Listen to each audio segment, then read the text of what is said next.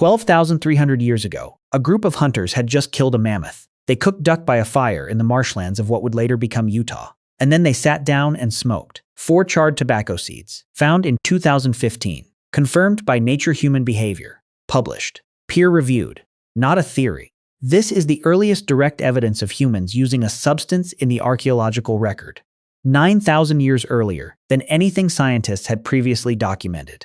And here is the part that should make you uncomfortable. The instinct that made those hunters carry a plant across 13 kilometers of Ice Age marshland just to burn it by the fire, that instinct is still in you. Your morning coffee, your cigarette after dinner, your glass of wine on Friday night, your phone at midnight. You are not a modern person with a weakness. You are a 12,000-year-old habit wearing new clothes. Today, we are going to trace exactly where it started and exactly how it got from there to here. Act 1. The Wishbone site. Let us start with the specifics, because the specifics are extraordinary. In the summer of 2015, a team of archaeologists was doing a routine survey of a U.S. Air Force training range in northwestern Utah. Not glamorous work, walking through a dry lake bed in the middle of the Great Salt Lake Desert. And one of them noticed a small black smudge in the dirt, a hearth, an ancient fireplace, 12,300 years old. They named it the Wishbone site because of the enormous number of duck and swan wishbones found scattered around the fire. Think about what that scene looks like. You are a hunter-gatherer at the end of the last ice age. The Great Salt Lake Desert does not exist yet. You are standing in a vast cold marshland. You have just spent days hunting waterfowl ducks, geese, swans, and mammoths.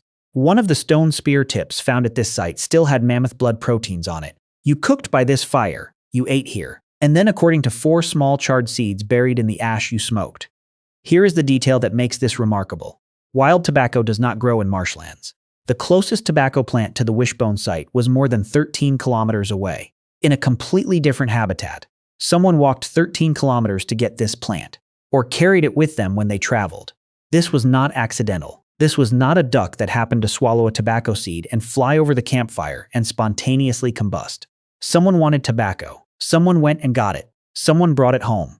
And then they shared it around the fire with the people who had just helped them kill a mammoth. If that is not a social ritual, the word has no meaning.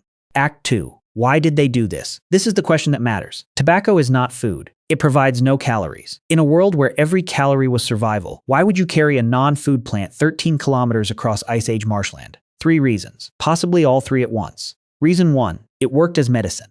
Nicotine is a powerful compound. It is an analgesic. It reduces pain. It is a stimulant. It increases focus and alertness. In a world without painkillers, without doctors, without hospitals, a plant that dulls the ache of an injury and sharpens your mind for the next hunt is not recreational. It is pharmaceutical.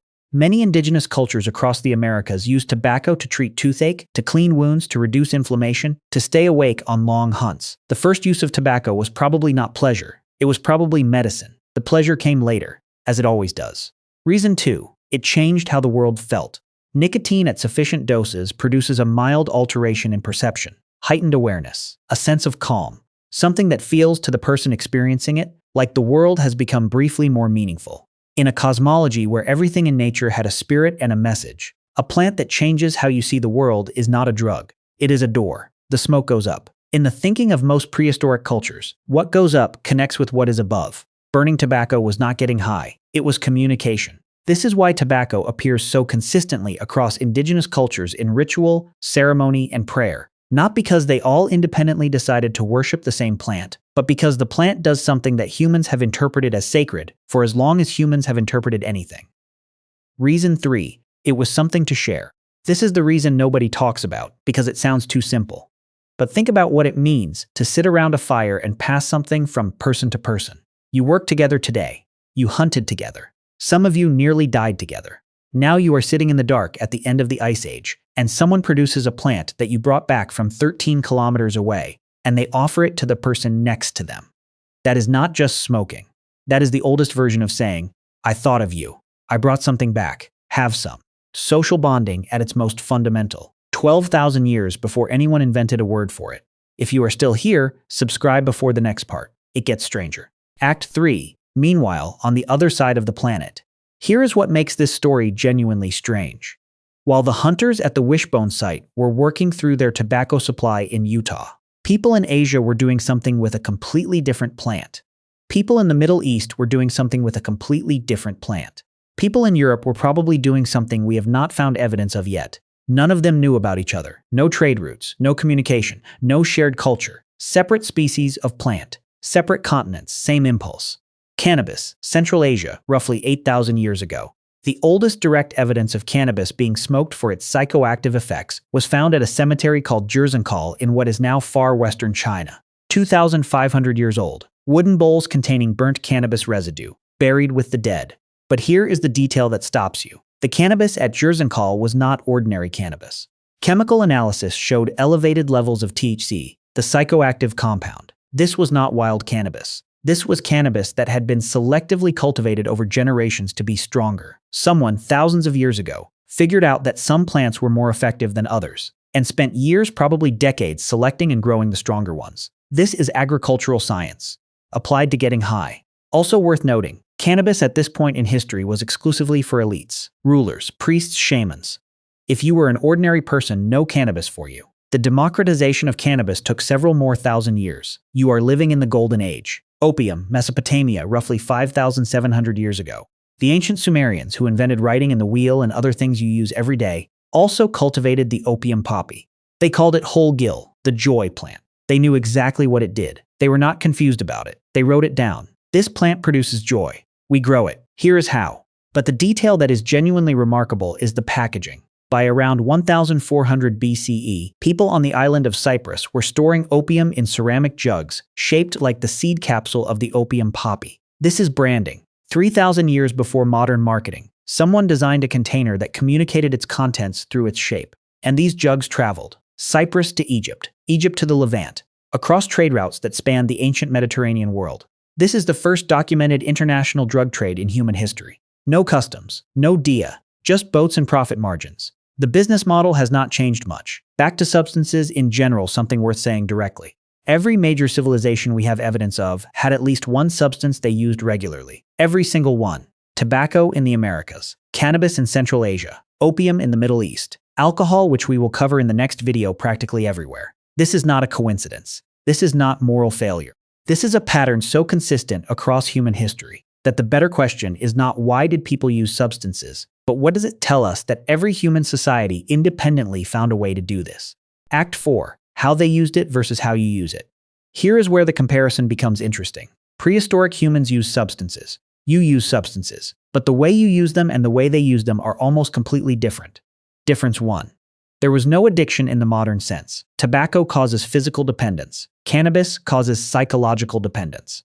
Opium causes severe physical dependence. These are facts about these substances. But addiction, in the clinical sense, requires regular access. The hunter-gatherers at the Wishbone site did not have a tobacco farm. They did not have a corner shop. They did not have a subscription service. Tobacco for them was what you found when you traveled across 13 kilometers of Ice Age marshland. It was seasonal. It was rare. It was an event. You cannot develop a clinical dependency on something you encounter once or twice a year. Modern addiction is not a moral failure. It is the consequence of infinite access to substances that evolved in a context of extreme scarcity. Your brain was not designed for a world where you can buy tobacco at any hour of any day at the service station 300 meters from your house. The hunter-gatherer's brain handled it fine because the hunter-gatherer's world did not offer that option. Difference 2. Substances were embedded in life, not separate from it. You use substances to escape. Escape work. Escape stress. Escape the day. The cigarette break is, by definition, a break from something.